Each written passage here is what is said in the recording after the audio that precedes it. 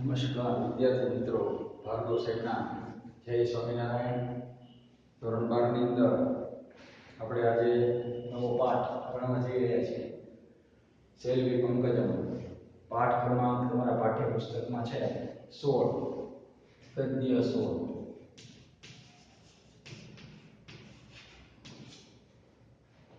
સોળમો પાઠ આપણે આજે એમનો અભ્યાસ કરવા વિગતે જઈ રહ્યા છીએ. પહેલા આપણે એમનો ઈવાડેવનો જે છે એના રચિતા પાઠ છે તો એનો થોડોક આપણે પહેલા પરિચય મેળવી લઈએ. એમનો જન્મ 5/3/1931 થયો. એમનું અવસાન 27/9/2009. ઈવાડેવ એ એમનું ઉપનામ છે.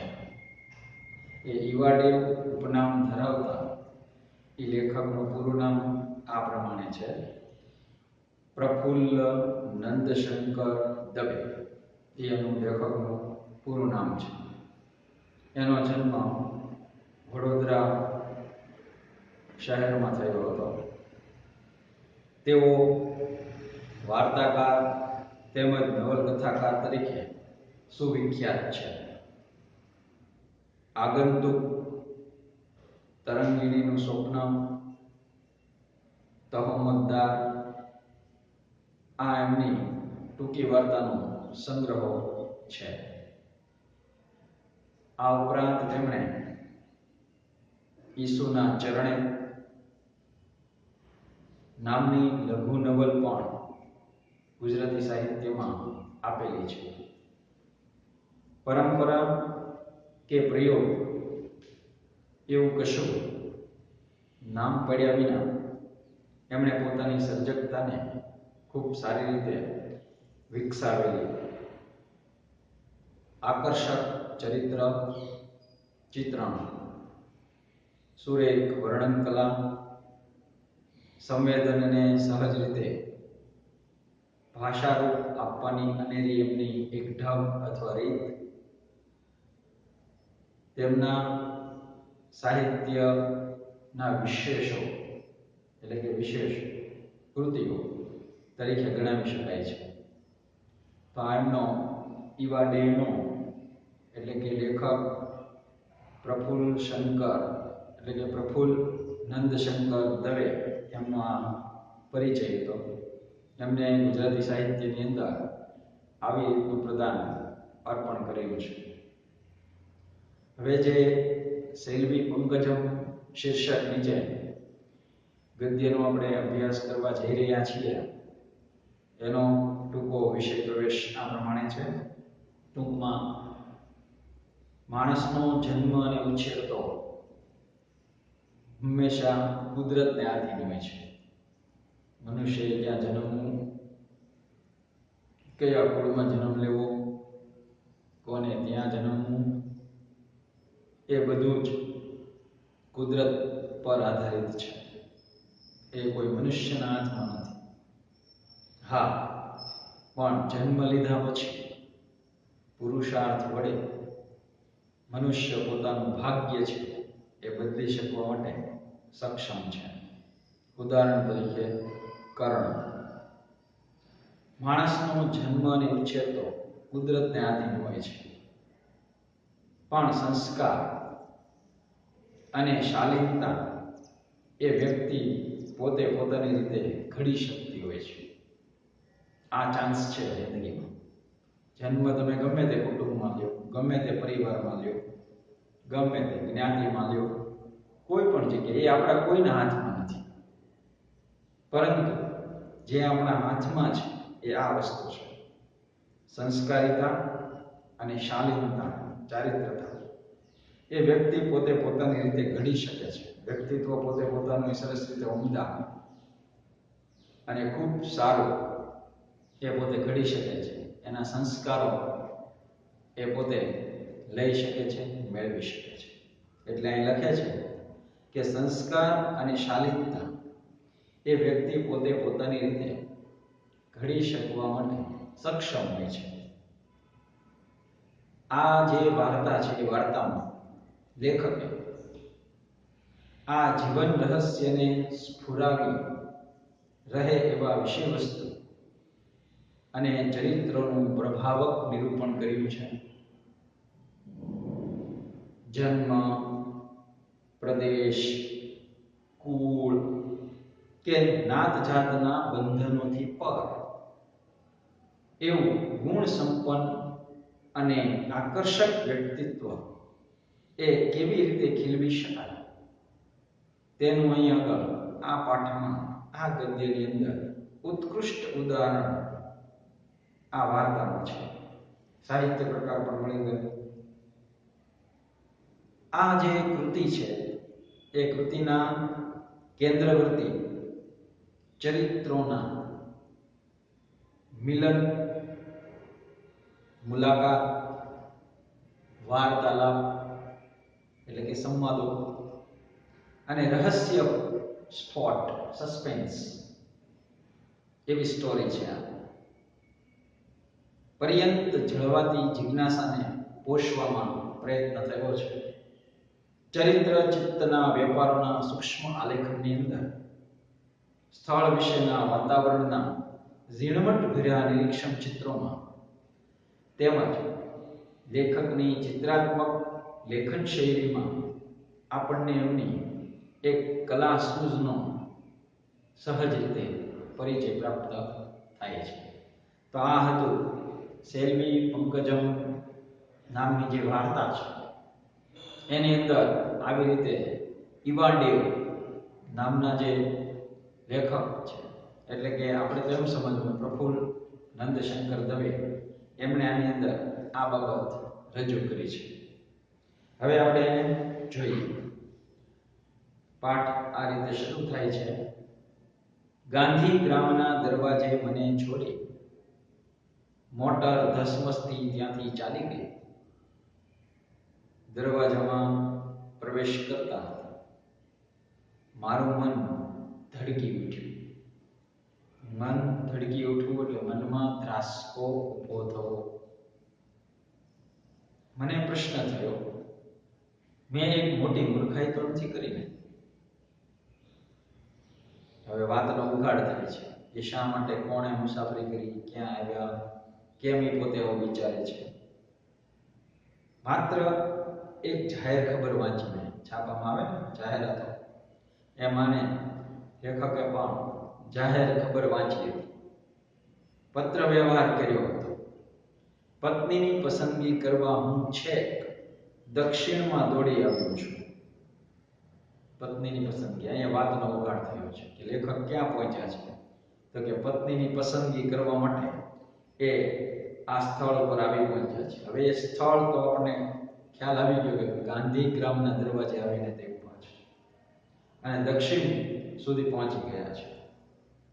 થોડા વેરા સ્થળનું વર્ણન છે, થોડો શહેરિયા લોકો, પણ વધારે પડતા અહીંયા ગામથી દેખાતા આ સ્થાનમાં વસતી યુવતી કેવી હશે?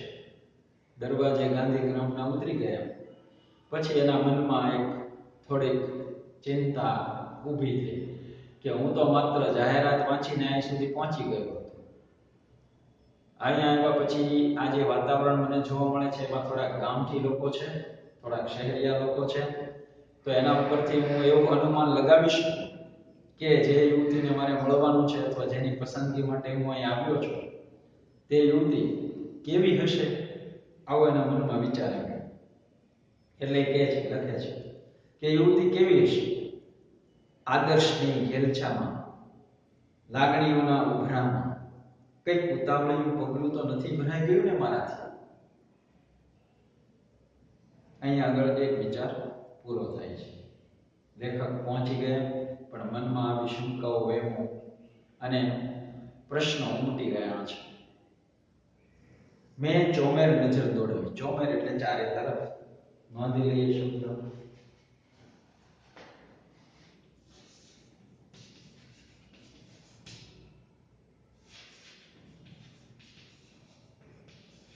ચારે બાજુ અથવા તો આસપાસ.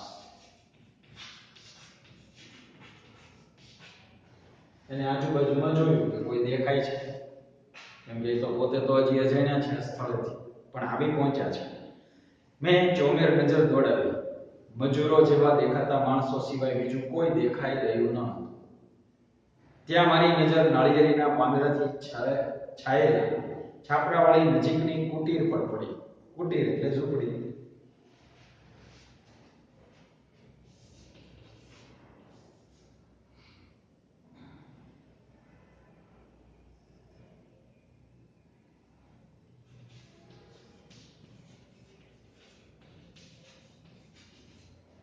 કુટીર પર પડી એક ઝૂંપડી, જેના ઉપર નાળિયેરીના પાંદડા છવાયેલા હતા, છત સ્વરૂપે એનાથી બંધાયેલી એની છત હતી.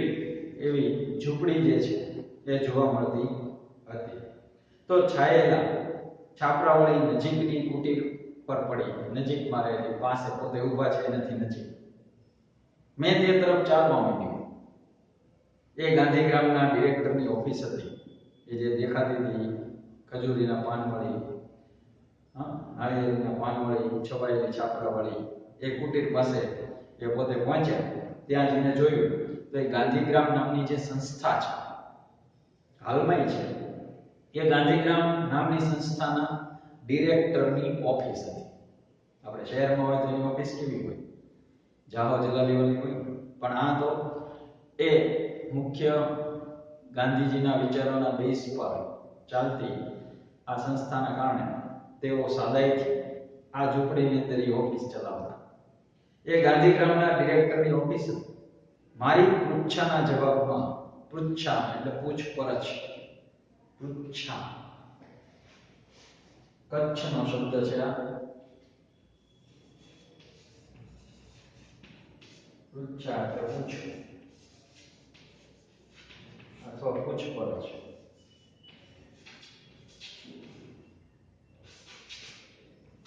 પૂછપરછ કરવી, કોઈને પૂછવું. આપણે એજન્ટોની સરનામું કેમ પૂછીએ એમ એને અહીંયા જઈ ડાયરેક્ટ એની ઓફિસે અને પૂછ કે છે. મારી પૂછાના જવાબમાં એક તદ્દન સાદા ખાદીના લેબાસવાળી એટલે ખાદીના કપડાં ધારણ કરેલી ભાઈ બહાર આવ્યા. એને ખાદીના કપડાં જેને ધારણ કર્યા તેને પોશાક ધારણ કર્યો હતો. લેબાસ એટલે પોશાક.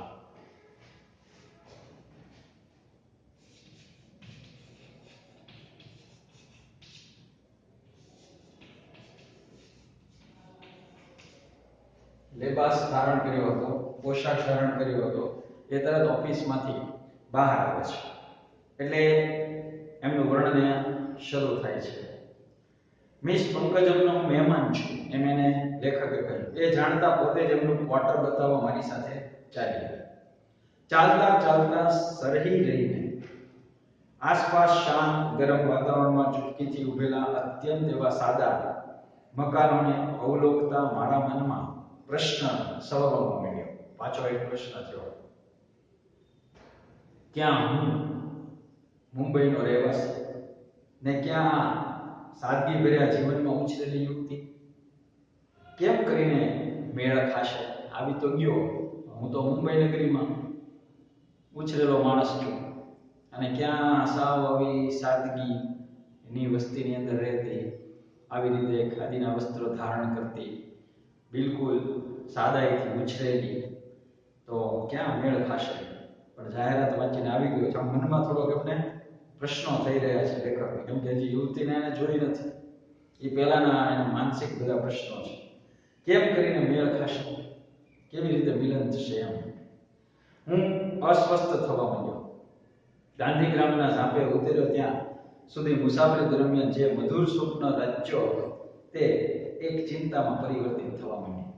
જ્યાં સુધી ગાડીમાં બેઠો તો, બસમાં બેઠો તો, મુસાફરી કરી રહ્યો હતો, પણ ત્યારે મનમાં એક ઉત્સાહ, એક લાગણી હતી કે જઈશું, છોકરીને જોશું, કેવું મકાન હશે, શું હશે, કેમ હશે, એના વિશેના એના સ્વપ્ન રાંચતો હતા. સ્વપ્નની અંદર એ પોતે આવી રીતે એકાગ્ર થઈ અને સુખ માણતા હતા. પરંતુ જ્યારે હવે વાસ્તવિક સ્થિતિમાં એ આવે છે ત્યારે એમ લાગે છે કે તો સ્વપ્ન મેં બહુ મોટા અને ઊંચા જોઈ નાખ્યા હતા, અનુમાન પણ મારું કંઈક ખોટું પડતું હોય, એવી એને થોડીક મનમાં ડરની લાગણી ઉત્પન્ન થઈ. એટલે એ પોતે પોતાના ચિત્તની અંદર, મનમાં એ આવા પરિવર્તન સાથેના વિચારો વારંવાર પ્રશ્નોત્તરી સ્વરૂપે પૂછે છે. અમે એક લાંબા બરાક જેવા ઓરડીઓના બ્લોકને અંતે એકાએક અટકી ગયા. ત્યાં એક નાનું ઘર હતું. આંગણામાં સુંદર સફેદ સુશોભન આલેખેલું હતું. આ સેલ્વી કુમારી પંકજમનું ગૃહ. પેલા ભાઈ સાથે આવ્યા હતા ડિરેક્ટર ઓફિસેથી, એમને કઈ અટકી કે તમે જેમના મહેમાન છો એ સેલ્વી કુમારી પંકજમનું ગૃહ. એટલે ઘર. કહી એને ઘેરા રાખોડી રંગથી રંગેલા સાદા પણ મજબૂત કમાડ પર ધીમેથી ટકોરા માર્યા. થોડી એક ક્ષણો મારું હૈયું કે વિચિત્ર ઉર્મિઓથી ધક ધક થઈ ઉઠ્યું. કેવી હશે એને જોવા માટેની લેખકની સહજ આતુરતા છે. હવે એ ભાઈએ એને ઘર સુધી પહોંચાડવા માટે એમના ઘર પર નોક કર્યો અને લેખકના મનમાં આ પ્રકારનો ભાવ ઉત્પન્ન થયો કે હવે બારણું ખોલશે તો મારે જોવી છે કે કેવી હશે, પોતાની કલ્પનાથી અનુકૂળ છે કે કલ્પનાથી બિલકુલ વિપરીત છે. એટલે એમનું હૃદય ઉર્મિઓ સ્પંદનો એ ધક ધક થઈ ઉઠ્યું. કેવી હશે ને કમાડ ધીરેથી ખુલ્યા. એ ત્યાં ઊભી હતી. આ તમારા મહેમાન લાવ્યો છો બહેન. ઓલા ભાઈ જે ડિરેક્ટર એમની સાથે હતા એમને કીધું કે તમારા મહેમાન આવ્યા છે, એમને અહીં સુધી પહોંચાડે, એમને તમે મળો. આવો, તમારો આભાર. ક્યારની તમારી રાહ જોઈને બેઠી હતી. સેલ્વી પંકજમ આમ લેખકને કહે છે. ચોક્કસ કયા સમયે આવવાના છો એ તમે પત્રમાં મને કદાચ જણાવેલું નહીં, એટલે હું ડીડિંગલ લેવા આવી શકી નહીં. એટલે કે તમારી કેર લેવા, સંભાળ લેવા સામે આવી શકી નહીં. માફ કરશો, તમને કઈ તકલીફ તો નથી પડી? અંદર આવો. નારાયણજી, આભાર ફરીથી. પેલા ડિરેક્ટર ઓફિસેથી જે મૂકવા આવ્યા હતા એમનું નામ હવે તમને ખબર પડે છે. શું છે એનું નામ? નારાયણજી. એમનો એ સેલ્વી પંકજમ અથવા કુમારી પંકજમ આભાર માને છે, કેમ કે એમના મહેમાનને પોતાના ઘર સુધી પહોંચાડ્યા માટે. નમસ્તે કહેતા પેલા ભાઈએ વિદાય લીધી. મેં પણ તેમને આભાર કહી અને શિષ્ટાચાર બતાવ્યો. હવે આગળ. મારા પ્રસન્ન ચિત્તમાં કમાડ વચ્ચે ઉભેલી એ નાજુક યુવતીની મૂર્તિ કંડરાઈ ગઈ હતી. મારી કલ્પનામાં વસેલી નારીને એ બહુધા મળતી આવતી. એને જે કલ્પના કરી હતી, જે અનુમાન લગાવ્યું હતું કે તે આવી હશે, તે આવી હશે, તે આવી હશે વગેરે, તો એને મળતી આવતી હતી એવું લેખકને લાગી રહ્યું છે. અમુક રીતે વધુ આકર્ષક એ મને લાગ્યું. એ કોઈ સુંદર યુવતી નહોતી. એમ તો એ પણ મારી જેમ યુવાન વય વિતાવી ગયેલી હતી. છતાં એ કોમલાંગ સ્ત્રીની નમણાઈ બિલકુલ મોહક હતી. મોહક હોવું એટલે મનને હરી લેનાર, સહજ, શામ કહેવાય એવી એ યુવતીના મોં પર સદાય વિહરતું સ્મિત, એટલે કે સદાય ફરતું રહેતું સ્મિત એ એમના ચહેરાને વધુ આકર્ષક બનાવ્યું. સામાન્ય આત્મીય બનાવી દેવા માટે એ પૂરતું હતું. પોતાને આત્મીય બનાવો એટલે પોતિકા બનાવો.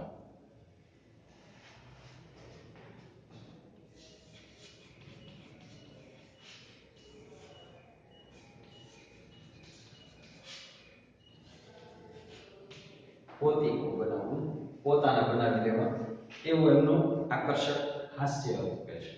એટલે કે સ્મિત, હાસ્ય અને સ્મિતમાં બચો કે મુખ ઉપર એમને મરક કે છે. સ્મિત એનું મોહક હતું અને એ પોતાના બનાવી લે એવું એમને લાગ્યું. મીઠા જરા ઘેરા અવાજ દક્ષિણી એક્સેન્ટ સાથે એ ગુજરાતીમાં બોલી. દક્ષિણી સ્ટાઇલથી, એક્સેન્ટ સાથે એ ગુજરાતીમાં આ રીતે મારી સાથે સંવાદ કર્યો, બોલી. અહીં ખૂબ તાપ છે, હું તમને ઠંડુ પાણી આપું. આવો, બેસો. એ રસોડામાં ચાલી ગઈ. હું આશ્ચર્યથી છળી મળ્યો. એટલે મોહિત થઈ જવું, અવાક રહી જવું, એક મધુર સંતોષથી હું ગદગદ બની ગયો. મને અહીં આવવાનો જે મનમાં પહેલા ઘણા બધા વિચારો હતા, કેવી હશે, શું હશે, કેમ હશે, ગમશે કે નહીં, કલ્પના અનુસાર હશે કે નહીં, મારા અનુમાન અનુસાર એ સ્ત્રી હશે કે કેમ, એના સંસ્કાર કેવા હશે, દેખાવે કેવી હશે, આ બધા જે પ્રશ્નોના વંટોળો એમને બસમાં બેસીને કલ્પનાઓ કરેલી એને મળતી આવતી હતી. હવે તો રૂબરૂ જોઈ લીધી છે. એમનો આ સુંદર વ્યવહાર, એ શીલતા, એ એને જોઈ અને એ પોતે ગદગદિત થઈ જાય છે. એને સંતોષ થાય છે, મધુર સંતોષ. ઓરડો, હવે એમના ઘરનું વર્ણન છે અને આ પેરેગ્રાફ ઘણી વખત તમને વિચાર વિકાસના ક્રમમાં પૂછી લે છે. ઓરડો નાનો હતો, સાદો હતો, પરંતુ ખૂબ ચીવટથી સજાવેલો હતો. ખાદીની ચાદરથી આચ્છાદિત ગાદીવાળી પાટ પર નાના નાના નાના જુદા જુદા આકારના તકિયા ખૂબ વ્યવસ્થિત ને કલાત્મક રીતે ગોઠવાયેલા હતા. ભીતો પર ગાંધીજી, વિનોબાજી, સંસ્થાના ડિરેક્ટર વગેરે ત્યાં છબીઓ લટકાવેલી. એક નાની ચારપાઈ પાસે રેટીઓ ને પૂણીઓ પણ પડ્યા હતા. મારા મન પર એક ઊંડી ઘેરી અસર પ્રસરી બની. અચેતનમાં અત્યાર સુધી ભંડારાયેલી સુખી ઘર વસાવવાની એષણા એટલે ઈચ્છા,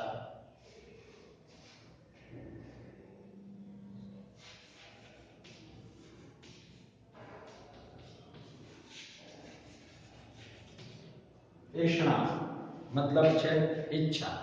જે અત્યાર સુધીની મારા મનમાં એષણા નથી, ઈચ્છા નથી, એ કે છે કદાચ પૂરી થવા જઈ રહી છે.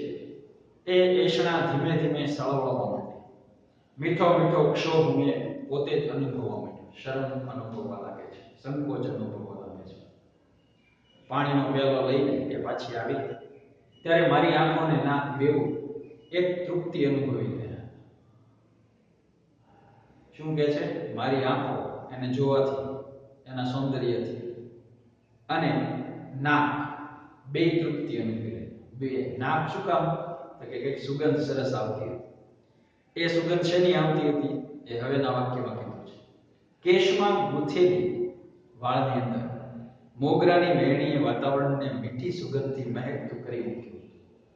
એણે પરિધાન કરેલી સાડી ખાદીની, એને જે સાડી પહેરી હતી એ ખાદીની હતી. એ માનવા મારું મન તૈયાર હતું. એટલી સરસ રીતે પહેરી. નહીંતર ખાદીની સાડી પહેરે તો માખી આગી રહે એવું આપણને જોવા મળે. અંગથી થોડું દૂર રહે કાપડ અને કાં તો એ ચોળાઈ ગયેલી હોય. બીજા બધા કાપડની સાડી કરતા તો સાવ અલગ જ હોય. આ આપણને ખબર છે, જોયેલું પણ હશે.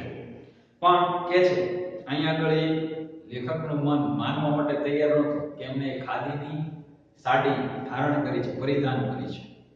મોડર્ન પ્રિન્ટ્સને પણ લજાવે એવી, નવી નવી ડિઝાઇનોને લજાવે તેવી સાડી, એવી સુંદર આછા રંગોના મિશ્રણને અસ્તવ્યસ્ત વેરીને એ બનાવેલી હતી. ક્ષણે ક્ષણે એ વ્યક્તિ મારા સમગ્ર વ્યક્તિત્વને કોક અદૃશ્ય પણ મજબૂત તાંતણાથી બાંધી રહી હતી. એની સાથે એ ધીરે ધીરે બંધાતા જતા હતા. એના મોહક રૂપની સાથે, એમના સંસ્કાર સાથે, એમની આ પરિધાન કરવાની જે પદ્ધતિ છે એના કારણે હું અસહાય બની એમાં બંધાતો જતો હતો. બલકે એ અસહાયતાને બંધન મને પાછા ગમતા પણ.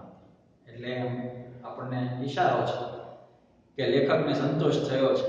જે પોતાની પત્નીની માટેની જે પસંદગીના જે એને ધોરણો નક્કી કર્યા હતા એ પ્રમાણે કદાચ એને મનમાં બેસે છે. માટે એ કહે છે કે આવું બંધન અત્યારે મને પોસાતું. એણે જ મૌન તોડ્યું. એટલે એમણે બોલવાની શરૂઆત કરી. મને ગુજરાતીમાં બોલતા સાંભળીને તમને નવાઈ ઉપજી હશે. તમારા મોંના ભાવ જોઈ હું સમજી ગઈ કે હું 3-4 વર્ષ વડોદરામાં રહી. મારું એમએસસી હોમ સાયન્સ મેં ત્યાં જ પૂરું કર્યું હતું.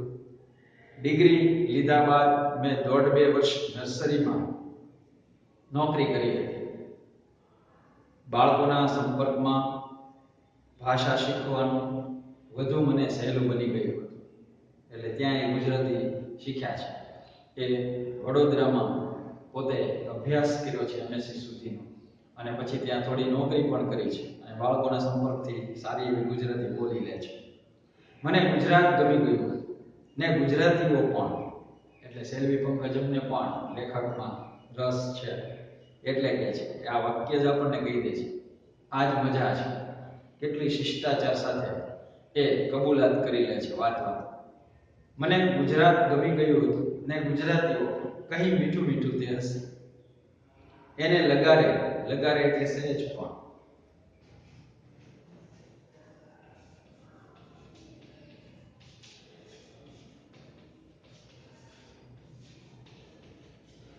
લગારે એટલે સહેજ પણ, થોડો પણ એમ ટૂંકમાં.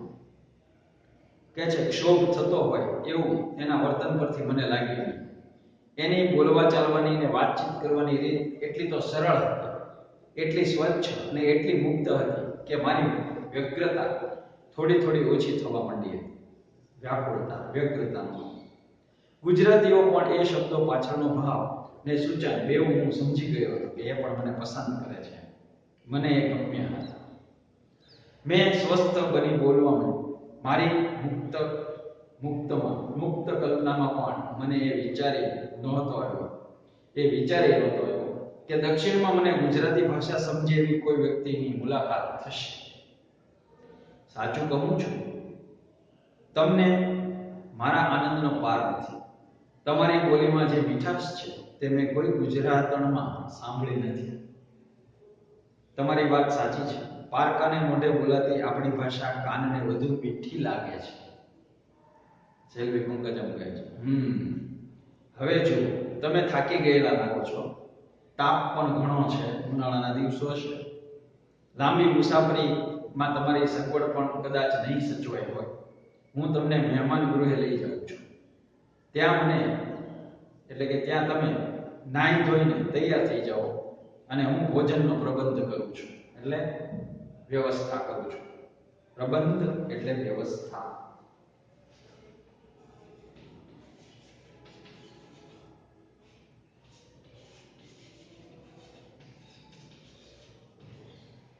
પ્રબંધ કરું છું કે છે હું ત્યાં આગળ તમારી આ બધી વ્યવસ્થા કરાવી દઉં છું. તમે થાક્યા છો, મુસાફરી કરીને આવ્યા છો, થોડો આરામ કરો આરામ ગૃહમાં, અને સરસ તૈયાર થઈ કરીને તમે વ્યવસ્થિત થાઓ ત્યાં સુધી તમારા ભોજનની હું વ્યવસ્થા કરવાનું કહી દઉં છું.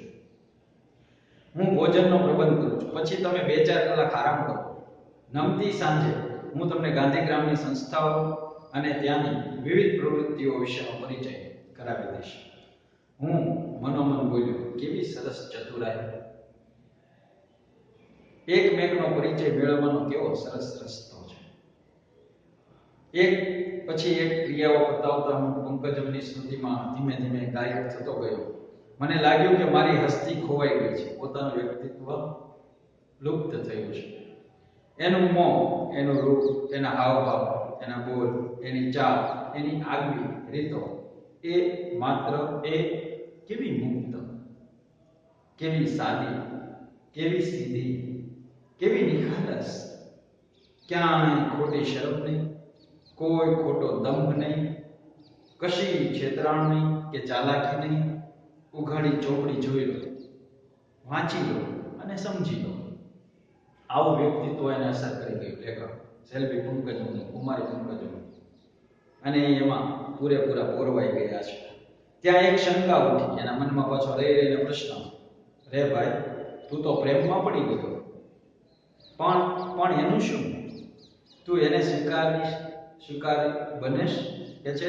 તું એને સ્વીકાર્ય બનશે, પણ એ તને સ્વીકારશે એમ કે છે? તું તો તારી બાબતથી જ બધું, જેમ સાબુદ્દીનભાઈ રાઠોડ કેમ કે 50% મારા તરફથી બધું નક્કી, પણ સામેવાળાની વ્યક્તિને કોઈ પસંદગીના ધોરણો હોય ને, કદાચ એ તને પસંદ ના કરે તો.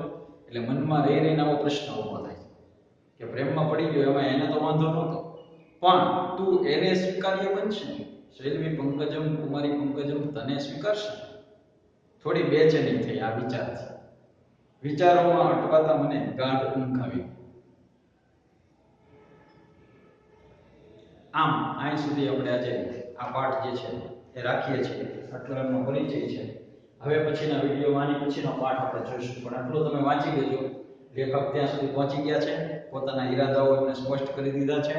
આપણને એમની ભાષાઓમાં, એમના સરસ મજાના સંવાદોમાં, સેલ્વી પંકજમ કે કુમારી પંકજમના સંવાદોમાં પણ એકમેકને પોતે ગમે છે, જેને આપણે ઇંગ્લિશમાં કહીએ લાઈક કરે છે, એ પ્રમાણે એ બંને એ સારી રીતે એકબીજાને સમજવાની કોશિશ કરી રહ્યા છે. અને લેખક ઘસઘસાટ આવા સુંદર સ્વપ્નની અંદર જે છે એ રાંચે છે. અને એમને ઊંઘ પણ આવી ગઈ છે. હવે ઊંઘમાંથી ઉઠે અને સાંજ પડે ત્યાં સુધી આપણે રાહ જોવાની છે કે સાંજે વળી પાછા કુમારી સેલ્વી પંકજમ ત્યાં આવશે અને લેખક ઉઠી અને ફ્રેશ થઈને તૈયાર થશે. પછી પાછી બેની મુલાકાત આગળ ચાલશે. ત્યાં સુધી ભાર્ગવ સાહેબના જય સ્વામિનારાયણ.